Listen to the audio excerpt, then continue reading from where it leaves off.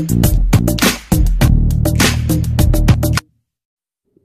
mga ka-showbiz, welcome back to my channel. Handang-handa at ready at open na open itong si Vic Soto ang paggawa ng pelikula with Vice Ganda. Kaya naman binandera ng bandera Pilipinas na pwedeng magkaroon ng pelikula ang dalawa.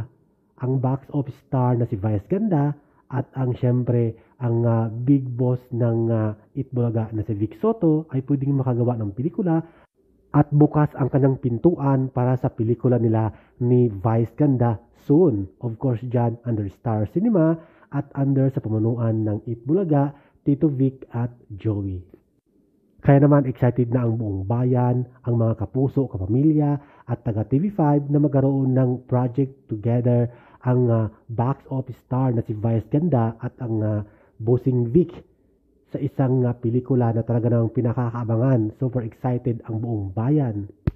Sinong makakala na ang dating magkaribal sa time slot na 12 PM pangtanghalian ay magkakaroon ng collaboration sa pelikula sina Vic Soto at Vice Ganda. Super excited at abangan natin yan.